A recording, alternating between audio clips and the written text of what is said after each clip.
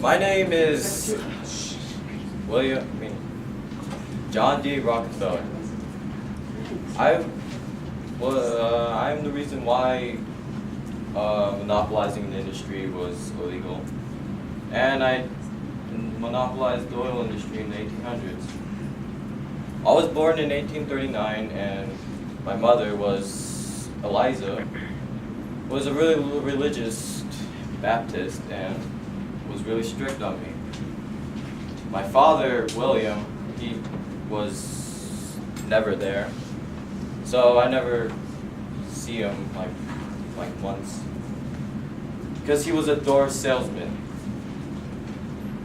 and he would move west, city to city, going to house, scamming people to actually make him believe that he could cure cancer. When I was 14, my family moved to Cleveland, and I graduated high school and went to community college for a few weeks. And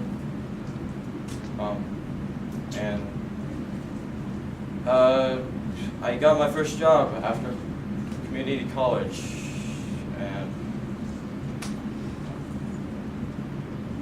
and I got a job at Hewlett and Tuttle.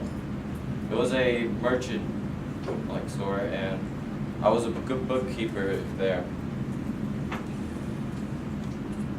I did that for 4 years, and then it got kind of boring, and I made my own business with a friend of mine and my neighbor, Maurice Clark, and we named the business Clark and Rockefeller. And we grossed I believe $40,000 in that company, and then this guy came and offered us if we wanted to go into the oil industry.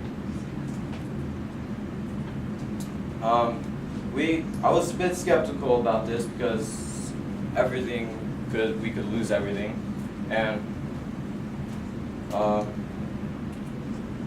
didn't really want to lose the business because things were going really well for us. But I actually accepted it, and we made about $1 million in our first year, and owned every oil refinery in Cleveland. My friend Clark resigned because it was getting too messy, and he didn't want to go do this. And me and this friend, we wanted to find a solution of getting oil cheaper. And then I made this company that would help transportation cost a little bit less, and then that didn't really work because the public didn't like it, and the government shut it down. And then I had another solution, was to create a pipeline throughout this country to help transportation, and the oil road track, the train car. And that boosted our,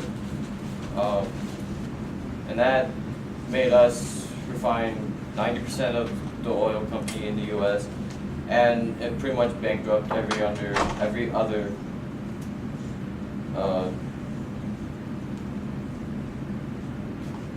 every oil company except us. I refined almost 90% of the oil industry in the U.S. and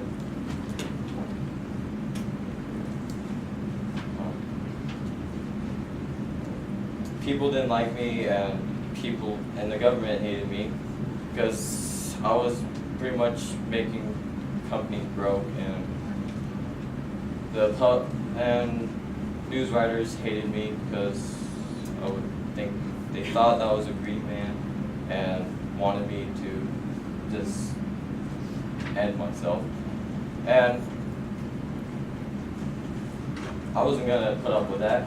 So, and then the Pennsylvania Railroad Company wanted to bankrupt me, but that didn't work. And I collected their refineries, and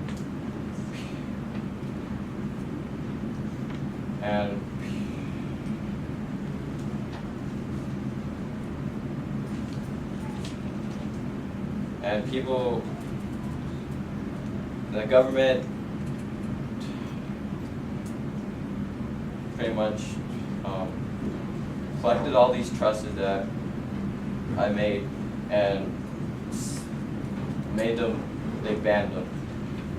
These trusts were to these bankrupt companies to help spread the oil, my oil, around the world and internationally. And people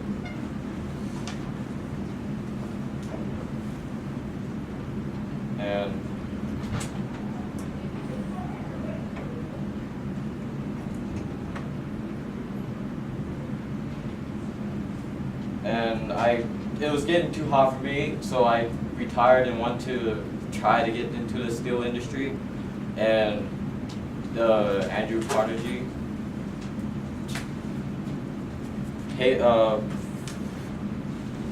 didn't want me to, so we agreed not that he would not go to the oil industry and I wouldn't go to the steel industry.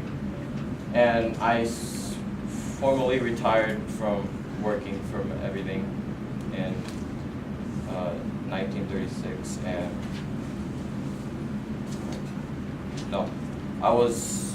and I created a foundation to help cure diseases and viruses that were spreading around, and I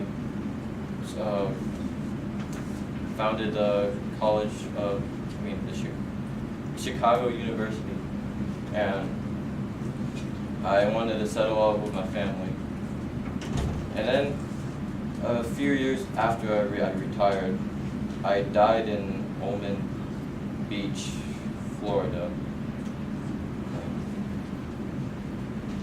My legacy will always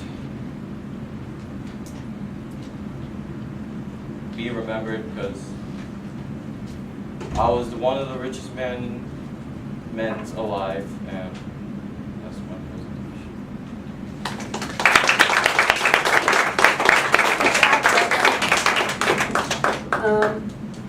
How many times were you married? I was only married once. Only once? Was she still living? And were you guys together a long time? We were I met her when I was still working. Right. And